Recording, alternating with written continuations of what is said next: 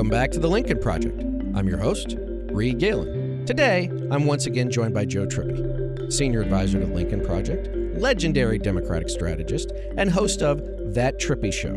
Joe, welcome back. Good to be with you, Reed. All right, so Joe, as we're recording this, we're less than 24 hours out of the Iowa caucus results. You have probably as much experience in Iowa in caucuses in cold weather as anybody. Really glad that neither of us were there. Me too. Right. Yes. Although it is funny to see all of the TV people like, how cold is it? And the Iowans are like, can you give up on the cold? Like, this is not a thing, right? Like, have you been to Iowa in the winter before? Only every 4 years, I guess. Yeah.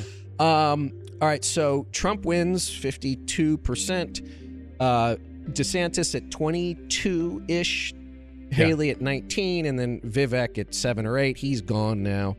Only about 10% of registered Republicans turn out. And so now here we are. Usually there's, second place is the first ticket out of Iowa, but DeSantis has already said, nope, I'm skipping New Hampshire. I'm going straight to South Carolina. Haley says now it's finally a two-person race, as if it's ever been a race. Right. So all of that said, what's different today, Tuesday, as we're recording this, that wasn't true yesterday before people started voting? Not sure a whole lot new has happened, but a lot of things that I thought were going to happen kind of did. Right. You knew that Trump was going to win, but it always surprised me that he was hovering around 50 we're in a party that he completely owns, completely controls for 2 or 3 years now. We know he's formidable, unstoppable. He's going to be the nominee. Yet 49% of Iowa Republican voters or caucus attenders picked someone else. Even the Ron DeSantis voters picked Ron DeSantis over Trump. I mean, for different reasons than necessarily why Haley's voters picked her over him, obviously. Right. But the fact that, particularly when you look at the urban and suburban numbers, it was I was a little surprised at how strong the two of them ran next to Trump. In other words, the problems that Trump had with Biden, with suburban women, for example, in the general, have not gone away. No. In fact, it looks to me like that's worse. So I think now the question is, I think DeSantis has been dead man walking for almost from the beginning, from the get-go.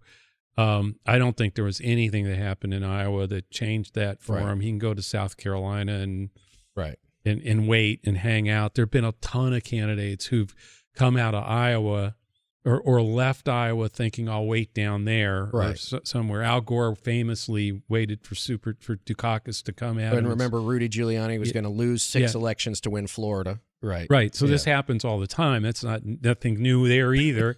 It just never works. Right. And so, good luck, Ron, but not going to happen. And so, look, I think, the other thing I think is it probably is a mistake for him to leave Haley alone with Trump and make it a two-person race in New Hampshire, because I think she's still got some positive upside there. You still have Chris Sununu, the governor, very popular. And I still think in that difference, that split in the party that was there in Iowa, 50-49, is a much different one. And it seems to be in New Hampshire where Trump's even running below that into the 40s. Right. So, could she get by him? Yeah, I think she still can. Yeah. I would have predicted before she started gaffing she had the worst 10 days final 10 days in Iowa, the second worst, the worst 10 days in Iowa, in my memory, was my guy in the campaign, Howard Dean campaign. But she had the second worst week, came out of it not taking second because she should have. She had the ability to do that. But I still think she has a shot in New Hampshire. I've said all along, I don't think that means a whole lot in terms of who the nominee is. Right. But the longer she prolongs the fight, the longer that divide in the party, in Trump's reaction to being defeated by her, if she does get by him somehow, Does that create even a bigger problem with some of these women in the suburbs and problems that he would have in the general anyway, but they're exacerbated by the fight, even if it is only a month-long one. And there's a lot of time if she does win in New Hampshire. There's a month before you do get to South Carolina. Right. She lives there. Yeah, and she's going to be making a lot of noise. It'll be, come on. This is the whole fallacy of the Ron DeSantis thing. So you're going to go to South Carolina, wait. She beats Trump in New Hampshire. Right. And somehow you have more of a reason to be around. Yeah, right. and the press is going to go into full Trump-Haley. Yeah. How do you even get your hand up in the air of your him? And in the other way around, if Trump wins Iowa and New Hampshire, Florida could be the next state. Just go down there and hang on. We're you already have a house there. Yeah, but it's done. It's over there. So I don't understand the DeSantis strategy with all the money he had and what he had going for him before he went totally. Well, you talked about this almost from the beginning that he just doesn't have the personality. No, there's that Daily Show send up of him. You are a big boy wearing your big boy shoes, right? Yeah. iPhone check, good. Oh, want to talk? And it was so brilliantly done. And that's the kind of stuff that just deconstructs a candidate. Yeah. So the guy on paper who should have been, or everybody thought because of the money and everything that he had going for him, just never materialized in it. And the more he was out there, the worse it got. I don't think anything happened to change that. Right. And the strategy never made sense, and now it even makes less sense. I mean, what they're doing. So, look, either Nikki Haley can pull it together, and and now the one thing I would say is, if she does pull it together and somehow goes by him in New Hampshire, I would not discount that this continues on for a while. I mean, I know people go, she'll get creamed in her own state, probably, but the other side of this is, I just think that there are more voters. Look, the MAGA base, forget about it. We know that. But I think there are more voters that have questions and are sort of, okay, if there's no alternative, I'm doing Trump. Right. But if they see an alternative, it may only last a little flash in the pan thing, but it could spark, it could spark a bigger disruption in the race for a little longer. I still think in the end, Trump will be the nominee. Yeah, and I think that's one of those things. I talked to Trippi about this because for an authoritarian leader like Trump, inevitability and invincibility are their shields, are their two main shields. When one of those gets pierced, first, we know how he'll react, which is he will claim New Hampshire was stolen from him. He will then begin to say terrible things about Nikki Haley, right? Yeah. And so that's the thing, that he gets himself into, which is, seeing all this BS from the media about, the disciplined campaign that Trump ran. First of all, he didn't have to run a campaign in Iowa. The evangelical churches did all the work for him, right? His name is Donald Trump. He was the Republican president, right? Yeah. So that got him to 51, right? But now everything he says, right, is a trade-off for him. So I want to go back to something about DeSantis. Before we move on to, New Hampshire and beyond, I want to go back to something about DeSantis because, it was actually Alex on your team that pointed this out to me, is that there was one of the newspapers did a graphic of, what was the biggest issue you care about. Mm-hmm. And, there was economy, there was foreign policy, there was whatever it is. But abortion was one of the four I think they chose. Sure. And that was the one that DeSantis was strongest on. Right.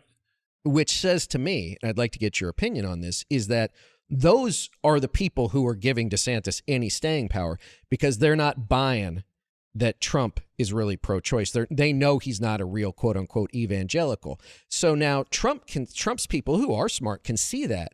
So now I think, Joe, this is the ticking time bomb inside Trump's coalition, which is if he goes to try and recapture those people and says, I killed Roe, I killed Roe, I killed Roe, I killed Roe, now all those suburban women and younger voters, right, are like, I don't want that back. Maybe Joe Biden's not my cup of tea, but you're the guy who made sure I was a less free woman, and I don't want anything to do with that. And if he goes further into the no, I'm pro-choice, then the evangelicals are like, well, then they start peeling off. Right. And here's the thing is he can't, this is the thing about Trump, and I promise I'll be quiet, is his ceiling is low and he can't afford to lose anybody.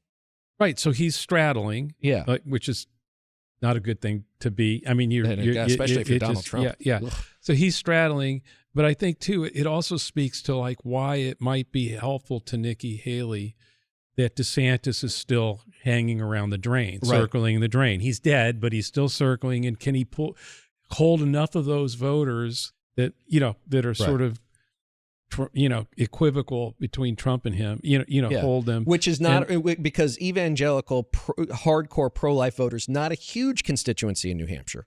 Right. No, that's exactly right. So it'll be, it's interesting. I know a lot of people said, well, this is the worst, and Stewart, I think, talked about this. It's just possible. And I kind of agree with him. It's the worst possible outcome for Haley. Last night.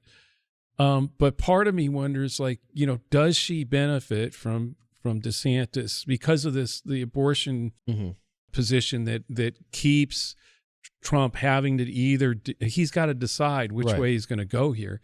And it's DeSantis's pressure that kind of like exacerbates that with the evangelical. So DeSantis being there prevents him from moving theoretically back to the middle. Yeah, in a way that would hurt her. I hurt her more. It's going to be really interesting because until Alex had pointed that out and you brought it up to me, I was like, that, I hadn't seen that, but I really do think maybe there's something to that we weren't looking at that literally benefits her, to create that schism, that stress, whatever you want to call it, between him and Trump's position. No, I think this is my early hot take, is that I think for Trump, the abortion issue could be like what happened in Apollo 13, right? It was that thing that was buried before, when they built the spaceship and then they tried to send it to the moon and it explodes. Yeah. Like, he gave the evangelicals the court, and the court gave the evangelicals what they wanted. But in the process, it took the country away from Trump, theoretically. Right. When we've seen it, he's been trying to do I gave you the court, but but DeSantis went too far. Right. Okay, I don't know how that's going to Well, and he said on camera at a rally, I killed Roe. Yeah. I mean, do you think, and this that's is what I mean, there's nobody. Yeah, so there's again, part of this thing where it's like, oh, it's such a great campaign team. Like, you can't control the guy. And you're stuck in the middle with him. You can't, I should say you're stuck way out on the far right with him.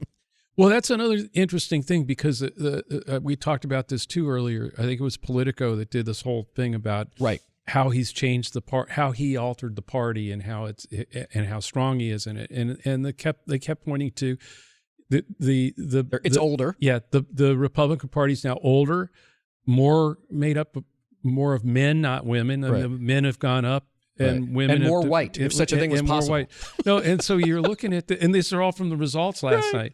And then you look, like I said, you look at the city, the urban and the suburban numbers, and Nikki Haley beats them in Johnson County. I mean, by one vote, But hell, where has he got in exactly those kinds of counties were the counties where Biden was winning Republican women who in suburbanites. So it's like the more you look at it, that the groups that he's made stronger in the Republican Party are the ones dying the fastest. Are descendant in terms of like lowering their impact in the general election, and we're part of the groups that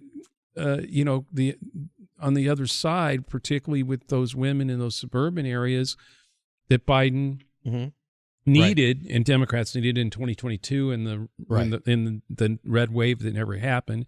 It was those exact voters that made that difference. And there's nothing that happened that's the other thing that didn't change.